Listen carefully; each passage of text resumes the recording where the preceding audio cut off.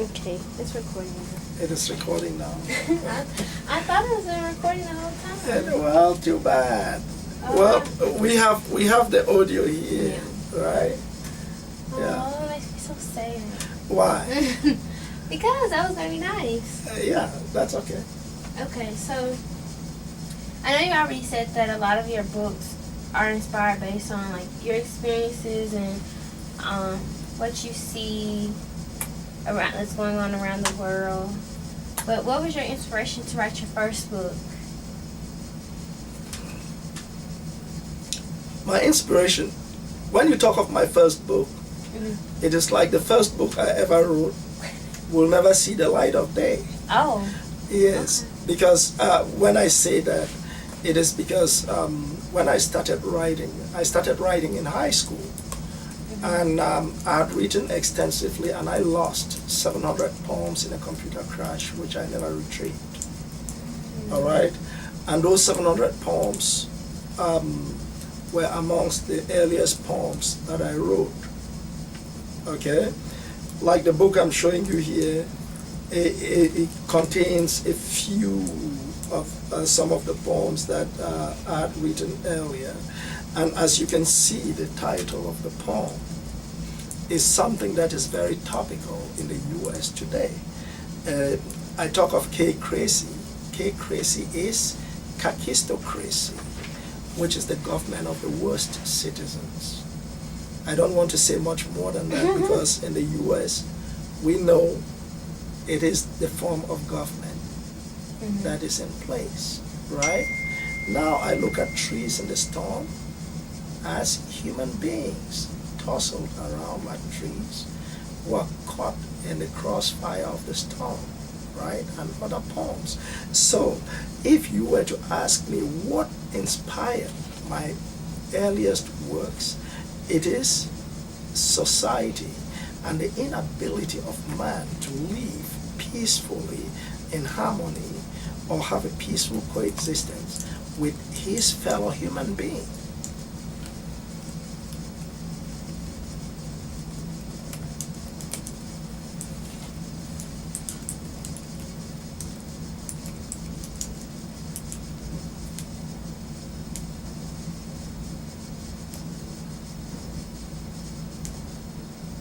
Okay. So, I know you've written plays, so has any of your plays ever been brought to stage? Yes, the students at the University of Wisconsin staged my play, Gods in the Ivory Tower. That was a long time ago. They actually studied that as their end of semester or end of year project, and they staged it. So you said they did Gods in what? Gods in the Ivory Towers.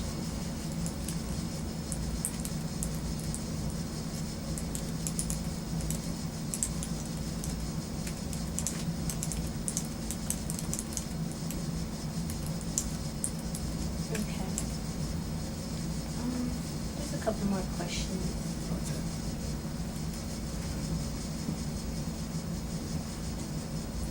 Okay, so do you have any advice for those who are wanting to start writing and publish short stories, books, plays, etc.?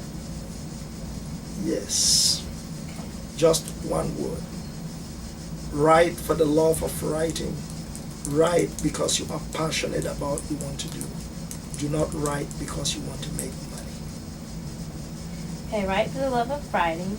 Write because you are passionate. Because you are passionate for, or you have a passion for writing, right? Do not write because you want money. Okay. So, I already know that you are a father of 3 sons, correct? Yes.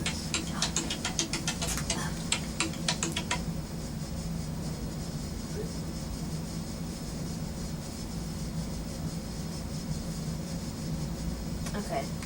It'll keep going. Hopefully no one else interrupts my call. That's okay. You don't have any daughters. I'm still working on that. Right. I should have Yes. known that answer too. So, well, I guess we talked about some things that most people may not know about you. But if you have anything else that you would like to add, Like any more things that people don't know about you? Things that people don't know about me. Mhm. What is it people might want to know about me? How athletic I was when I was young. That'd The be kinds good. of sports I play. That can be good. All Or right, do you can- know how to juggle? Like, do you juggle? Like, what do you do in your spare time that you find interesting? Do you fly kites? Do you jump out the planes on weekends? All right. Well, what I do that most people do not know is I do 2 hours of jogging every morning. Right, 2 hours of jogging every morning, and I cover a distance of about 10 miles. Okay. All right. In my younger days, I played volleyball, I played handball, I played ping pong, I played tennis, basketball. Mhm. Right. So there are other things that I don't know whether it will be of interest to anybody. While in Australia, I had learned the art of brewing, distilling, and winemaking. So I do that for leisure, Okay. not just to kill time. Okay. And I just like fun too. I dance a whole lot. I'm a dancer. Okay. Dancer. Now, this is the last question that I'll ask. I believe this will be the last question. But for those who may hear, like, students in the hallway saying, like, "Hey, uncle," or like, "Hi, bye, uncle," or something like that. Like, why do you view yourself as an uncle to the students here, and why do you see us students as your niece and nephew? All right. First and foremost, the education we have, either as children or as adults, should shape and influence the way we think and the way we perceive life. I was brought up knowing the bond of family is beyond blood. If I cannot treat you as my niece, I cannot treat my student as a nephew, and I see him as a mere student who is here to take instructions from me or learn from me, then I cannot function or I cannot effectively transmit knowledge to my students. I consider the students, first of all, nieces and nephews, because it is the right thing to do, right? Mm-hmm. What I would want for my nephew, for my niece, is what I want for my students. My nephew or my niece would not come for me and say, "Uncle, I need a bottle of water," right? And I'll give him a bottle of gasoline to drink. No. So by treating every student as a niece, as a nephew, I am conscious of the fact that what I have to give these nieces and nephews are the best that they desire and the best that they should have.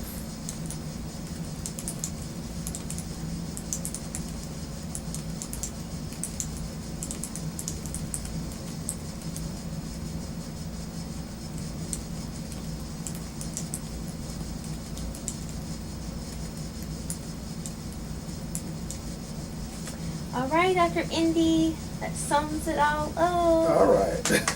Thank you. Let me stop the recording. I should thank you for thinking of doing this. Oh, yes.